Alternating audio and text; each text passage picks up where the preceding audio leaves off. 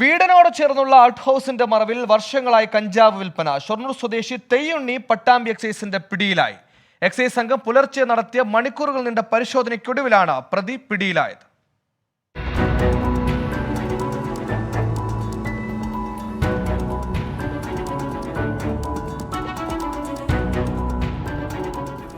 വീടിനോട് ചേർന്നുള്ള out house കേന്ദ്രീകരിച്ചാണ് തെയ്യുണ്ണിയുടെ കഞ്ചാവ് വിൽപ്പന. ഷൊർണൂരിൽ താമസിക്കുന്ന തമിഴ്നാട് സ്വദേശിയിൽ നിന്നാണ് കഞ്ചാവ് വാങ്ങുന്നത്.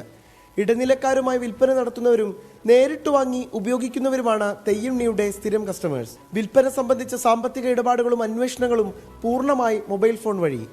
പുലർച്ചെ നടത്തിയ മണിക്കൂറുകൾ നീണ്ട പരിശോധനയിലാണ് പ്രതി പിടിയിലാകുന്നത്.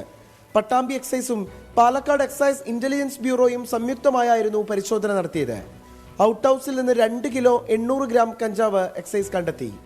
അയാൾ താമസിക്കുന്ന വീടിൻ്റെ ഔട്ട് ഹൗസിൻ്റെ ഉള്ളിൽ വെച്ച് 2 കിലോ 860 കിലോഗ്രാം കഞ്ചാവുമായി പിടികൂടിയിട്ടുണ്ട്.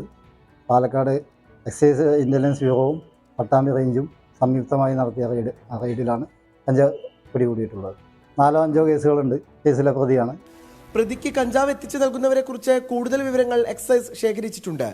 പ്രതിയെ ഒറ്റപ്പാലം കോടതിയിൽ ഹാജരാക്കി റിമാൻഡ് ചെയ്തു. 24 പാലക്കാട്.